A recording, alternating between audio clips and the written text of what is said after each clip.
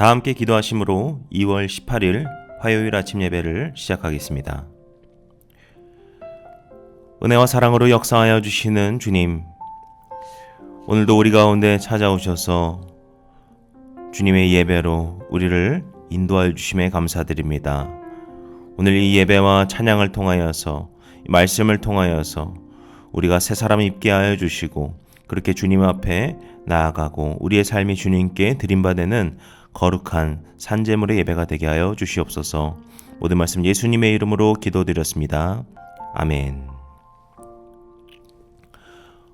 오늘 우리에게 주시는 하나님의 말씀은 누가복음 4장 31절에서 44절까지의 말씀입니다. 매일 성경 교재 150에서 151페이지를 참고하시면 되겠습니다. 이 시간에는 하나님 나라 지금 여기에 라는 제목으로 은혜의 말씀을 나누고자 합니다.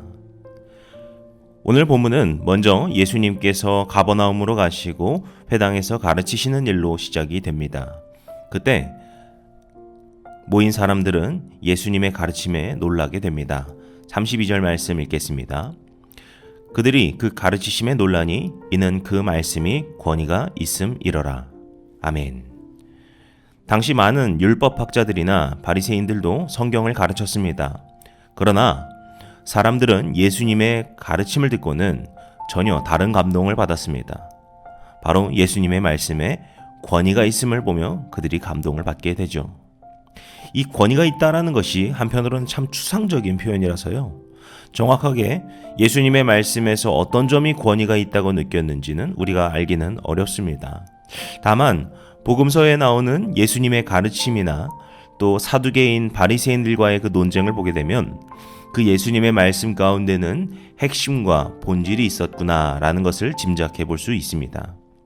바리새인들은 율법을 지키는 것을 말았고 그렇지 못한 사람들을 정죄했습니다.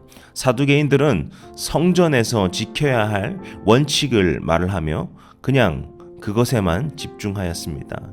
하지만 예수님께서는 율법의 본질이 무엇인가, 성전의 기능이 무엇인가, 그 율법을 지키고 성전에서 예배하는 것의 핵심이 무엇인가, 주님께서는 그것을 말씀해 주셨죠. 아마 본문의 설교도 그러한 말씀이 아니었을까 생각이 됩니다. 근데 뿐만 아니라 예수님의 권위는 이 말씀에서만 나타난 것이 아니었습니다. 더러운 귀신 들린 사람이 회당에서 소리를 치며 이렇게 말을 하는데요. 34절 말씀입니다. 아, 나사렛 예수여, 우리가 당신과 무슨 상관이 있나이까? 우리를 멸하러 왔나이까?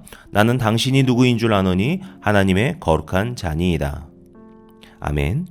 귀신도 예수님을 하나님의 거룩한 자로 알아보았고 그렇게 두려워했습니다. 하지만 예수님은 귀신이 말하는 것을 허락지 않으시고 잠잠하고 그 사람에게서 나오라 라고 명령하십니다. 그렇게 명령을 받은 귀신은 즉시 떠나가게 되죠. 이처럼 예수님의 말씀에는 단순한 지식 전달뿐만이 아니라 삶을 변화시키는 능력이 있던 것입니다. 그래서 주님의 말씀에, 주님의 그 모든 것에 권위가 있었다라는 것을 깨달은 것입니다. 저는 이것이 오늘날 우리에게도 중요한 메시지를 준다고 생각이 됩니다. 우리는 때때로 세상의 거짓된 말들에 속고 또 두려움과 걱정 가운데 살아갑니다. 그런데 예수님께서는 그 말씀을 통하여서 우리를 평안케 하여 주셨고 그 말씀을 통하여서 우리에게 능력을 보여주셨습니다. 우리가 주님의 말씀을 믿고 의지할 때 우리는 그 모든 거짓 가운데서 이겨낼 수 있고 걱정과 두려움 가운데서 자유롭게 됩니다. 오늘 이 시간 예수님의 그 권위를 인정하고 주님의 그 말씀에 의지하며 살아가시는, 그렇게 걱정과 두려움 가운데서 자유함으로 살아가시는 모든 성도님들 되시기를 축복합니다. 그리고 이후 예수님께서는 시몬의 집으로 가서 시몬의 장보가 열명을 앓고 있을 때 그에게 가까이 가셔서 열병을 꾸짖으심으로 치유하시게 됩니다. 그리고 그 후에도 많은 병자들과 귀신 들린 사람들이 예수님께 나아오고 예수님께서는 일일이 그 사람들에게 손을 얹어서 고쳐주시게 되죠. 40절 말씀입니다. 해질 무렵에 사람들이 온갖 병자들을 데리고 나아오매 예수께서 일일이 그 위에 손을 얹으사 고치시니. 아멘. 이렇듯 예수님께서는 사람들을 치유하시는 사랑의 사역을 하십니다. 하지만 이것이 예수님의 사역이고 사명인 것이 아니었습니다. 예수님께서 귀신을 내쫓으시고 병든 자를 고치시는 그러한 기적들을 보이기 시작하자 사람들은 예수님을 떠나지 마시라고, 이곳에 계시라고 붙들게 되는데, 그때 예수님께서 이렇게 말씀하십니다. 43절 말씀이죠. 예수께서 이르시되 내가 다른 동네들에서도 하나님의 나라 복음을 전하여야 하리니 나는 이 일을 위해 보내심을 받았노라 하시고. 아멘.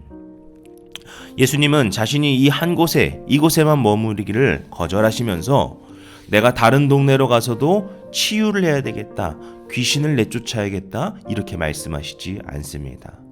다른 동네로 가서 하나님의 나라 복음을 전하여야 한다. 이것이 나의 사명이다. 내가 이 일을 위해 보내심을 받았다 말씀하십니다. 그렇습니다. 예수님께서 이 땅에 오신 목적은 단순히 기적을 행하시는 것이 아니라, 사람들을 치유하시는 것이 아니라 그것을 통해 하나님의 나라를 전파하는 것이었습니다. 이것이 주님의 사역이었습니다. 주님은 하나님의 나라를 확장하기 위하여서, 그 하나님의 나라가 이 땅에 임한다라고 하는 그 복된 소식을 전하기 위하여서 이 땅에 오셨습니다. 이렇게 예수님께서는 자신의 사명을 잃지 않고 계셨고 그 사명을 향하여서 나아가시는 것을 우리가 볼 수 있습니다. 이 말씀은 또한 우리에게 새로운 도전이 됩니다. 우리도 신앙생활을 하면서 어떤 축복을 받는 건, 어떤 기적적인 일이 일어나는 건, 어떤 우리 삶이 뭔가 좋은 일이 일어나는 것에만 집중할 때가 있습니다.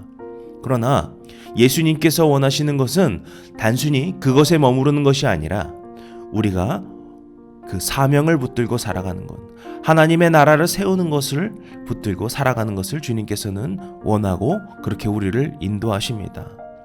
우리의 신앙이 나 자신에만 머무르는 것이 아니라 그것이 다른 사람들에게 흘러가고, 그렇게 우리가 속한 모든 곳, 우리가 밟는 그 모든 땅이 주님의 그 거룩한 나라가 될 수 있도록 우리가 섬겨야 한다는 것이죠. 우리가 받은 은혜와 사랑을 이웃과 나누고 하나님 나라를 전하는 것, 주님의 그 놀라우신 사랑과 희생을 알리는 것, 이것이 우리 모든 그리스도인들의 사명인 줄로 믿습니다. 사랑하는 성도 여러분, 오늘 예수님께서 우리를 그 사명의 자리로 부르십니다. 믿음으로 주님 앞에 나아가시는, 그렇게 우리 삶에서 주님의 사명을 기억하며 복음을 전하는 삶, 복음을 삶으로 나타내는 삶을 살아가시길 소망합니다. 그러한 삶 가운데 우리 주님께서 함께 하셔서 역사하시고 우리 삶에 놀라운 일들을 행하실 것을 믿습니다. 기도하시겠습니다.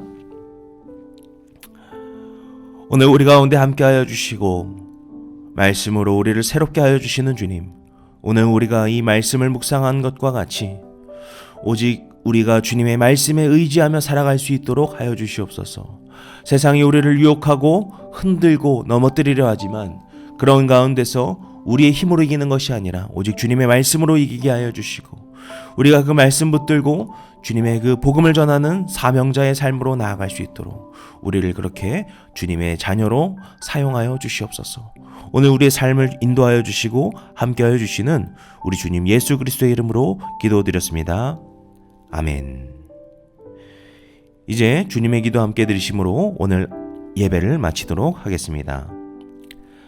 하늘에 계신 우리 아버지여, 이름이 거룩히 여김을 받으시오며 나라의 임하옵시며 뜻이 하늘에서 이룬 것 같이 땅에서도 이루어지이다.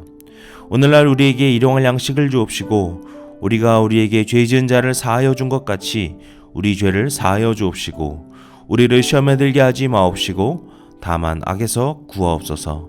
나라와 권세와 영광이 아버지께 영원히 있사옵나이다. 아멘.